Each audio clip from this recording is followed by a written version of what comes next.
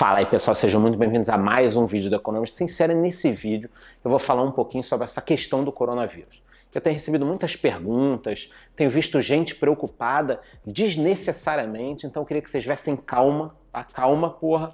E eu vou explicar aqui a minha opinião, o que eu acho sobre isso, mas antes, tá? Antes, eu vou sortear um dos livros mais pedidos por vocês, A Lógica do Cisne Negro, e um caderno aqui do canal. Para participar, basta você deixar nos comentários.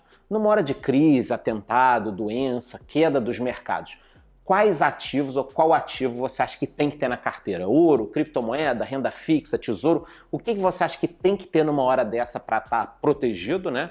Mais tranquilo? E eu vou sortear esse domingo lá no meu Instagram. É um livro sensacional. Até eu vou deixar um comentário aqui para participar desse sorteio. Vai que eu ganho, quero ver quem vai falar que foi treta, tá? Mas vamos lá, então eu venho recebendo perguntas, gente com medo, gente receosa, algumas pessoas perguntando para mim se o coronavírus iria derrubar a Bovespa. O pessoal tá muito preocupado, tá? E eu acho que tem que ter calma. É a primeira vez que muitas pessoas estão passando por isso, né? Eu nem ia gravar esse vídeo, mas eu achei importante. Por quê? Porque é a primeira vez que muitos investidores estão vendo volatilidade. Algumas pessoas que entraram na bolsa em agosto, setembro, outubro, só viram alta. O sujeito nunca viu o home broker todo vermelho. Ou se viu, ficava vermelho durante o dia, aí no final do dia ia lá, ficava positivo, depois no dia seguinte melhorava. Então, eu acho que essa volatilidade que chegou, ela é muito positiva para que você veja que a bolsa também cai, né? Eu já passei por circuit breaker, que é quando a bolsa cai muito, chega a bater ali 10%. Já passei por situações muito complicadas, a gente teve Joesley Day, teve antes, teve crise em 2005, problemas em 2007. Ao longo do período sempre vai tendo algum problema, né? Então essa questão da volatilidade foi interessante para as pessoas realmente ficarem um pouco receosas, né? Eu também pesquisei e muitas pessoas divulgaram outros casos, né? Então, quando aconteceu esse caso do coronavírus, rapidamente o mercado foi fazer estudos, né? Que tipo de estudos? O que aconteceu com a primeira crise da SARS, o H1N1? Eu peguei H1N1, tá? Eu peguei H1N1, agora eu não lembro se foi 2009 ou 2010, eu acho que foi 2010, tá? Fiquei muito mal, tive pneumonia, sangue, quase fui pro saco, tá? Então é um negócio muito sério, chegou aqui forte no Brasil, mas o pessoal já fez pesquisas, né? E qual a conclusão que se chega? Às vezes, no curtíssimo prazo, o mercado cai, depois ele volta a subir. Só que eu acho que a economia funciona em ciclos, né? Nós temos os ciclos econômicos. Então é muito complicado você comparar uma doença que era diferente da que a gente tem agora e um momento econômico diferente do que a gente tem agora. Então, apesar de eu estar mostrando na tela para vocês aí essas questões dos ciclos, eu acho que a gente tem que olhar, mas tem que ignorar também em alguns sentidos para trazer para a nossa realidade. A verdade é que quem está sentindo muito os impactos é quem está no epicentro, a China. Afinal de contas, começou na China, a China é o país mais afetado, não é a primeira vez que a China é o país mais afetado, e eu fiz um resuminho aqui dos principais impactos da China. Mas antes disso, eu queria mostrar como eu montei a minha carteira e por que chega num momento desse eu não estou tão desesperado quanto algumas pessoas. Eu estou tranquilo. Por quê? Porque a minha carteira é formada por um rol de ativos, de vários tipos de ativos. E aí a gente pode depois falar de antifragilidade, de ativos que têm correlação, que não têm correlação, a gente pode falar desse tipo de coisa, mas vamos ver a minha carteira aqui.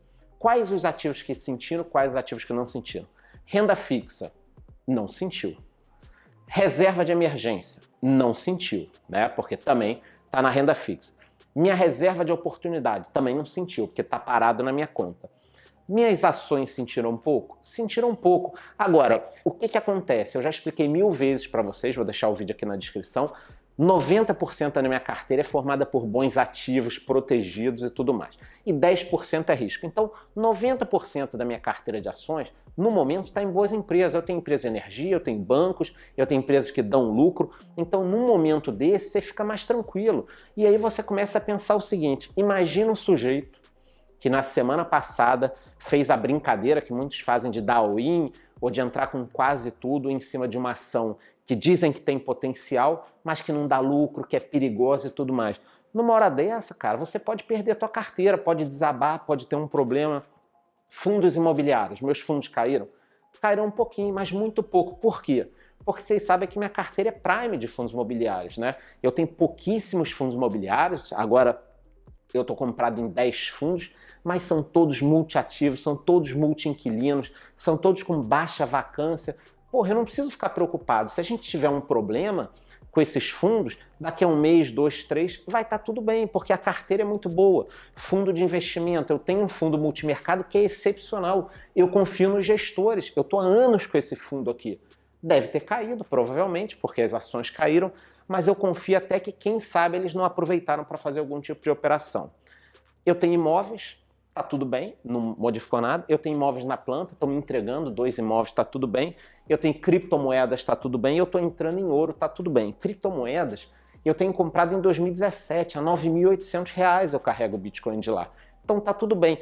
Com isso, vocês reparem o seguinte, olha o tipo de carteira que eu tenho. Será que eu estou nervoso no momento desse? Não, porque tem coisa que está positiva, tem coisa que está negativa, tem um tipo de ativo que protege o outro. Então é muito importante que você estude tudo isso. É por isso que eu não foco o meu canal assim, em fundo imobiliário, ou só imóvel, ou só ações. Eu quero que ao longo do tempo você fique aqui, não vai embora, e você vai ser obrigado na marra a entender um pouquinho de cada coisa. Eu não sou um especialista no detalhe de cada assunto, mas eu entendo o básico para poder fazer um casamento desses ativos. É isso que eu preciso que você entenda para numa hora dessa não ficar desesperado por aí correndo, tá? Então, basicamente, isso aqui é um exemplo de carteira. Em relação a ações, lembre sempre do seguinte, boas empresas com lucro, boa gestão, esse tipo de empresa é muito resiliente, né? Pode cair um pouquinho, mas daqui a pouco essas empresas vão se recuperar.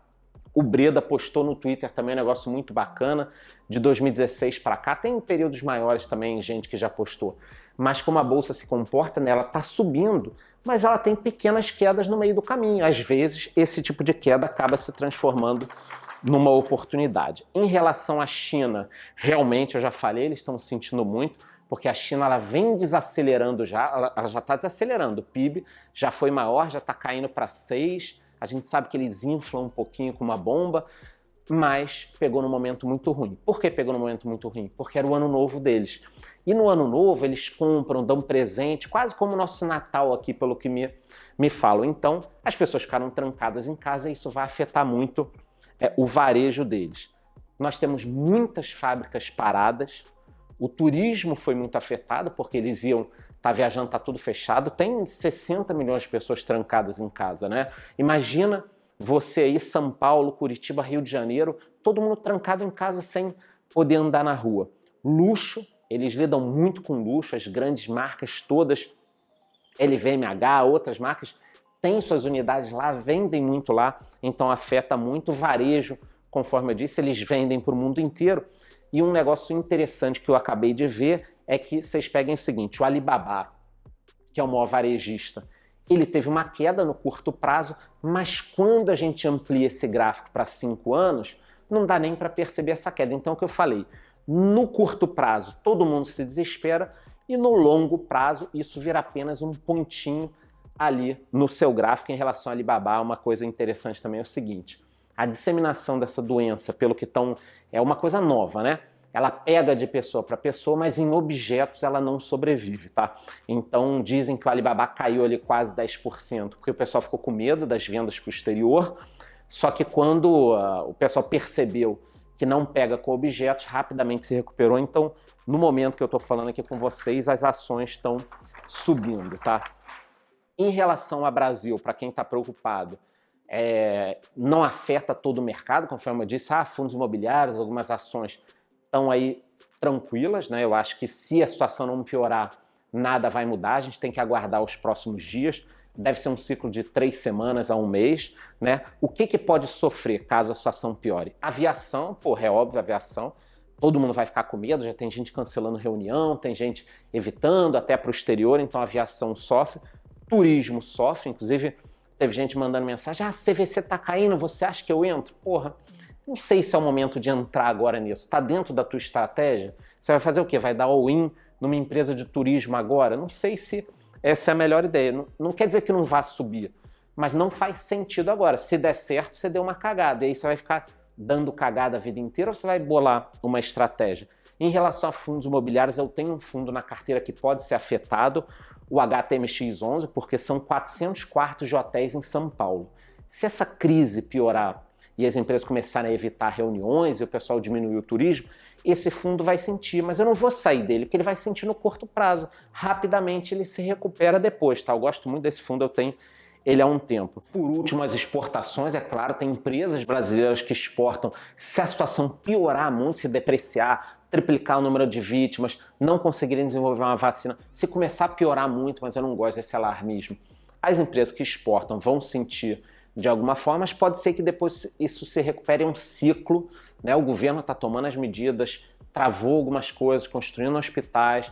Então a gente tem que acompanhar, tá? Então a gente tem que acompanhar. O mais importante nesse momento é que você pense naquela história da estratégia que eu falei. Não espere ter 100 mil, 1 milhão, 2 milhões para bolar a sua estratégia. Se você tem 1.000, 2.000, 5.000, rascunha, coloca na parede, pega num caderno, me manda uma mensagem, começa a bolar uma estratégia. O quanto antes você aprender, melhor, que aí no momento desse você fica que nem eu, tranquilo, só respondendo mensagem de quem está desesperado. Eu vou acompanhar, me siga lá no meu Instagram, não deixe de colocar aqui, pelo amor de Deus, nos comentários qual você acha que é o ativo financeiro, o investimento que o sujeito, né, que investe tem que ter na sua carteira numa hora dessa para se proteger. Eu vou sortear esse domingo lá no meu Instagram esse livro aqui, até eu vou participar, e lá também você pode me mandar a sua dúvida. Quem sabe, se tiverem muitas dúvidas nessa área, eu crio vídeo também. É isso, gostou? Curte o vídeo, curte o canal, bate no sino e até a próxima.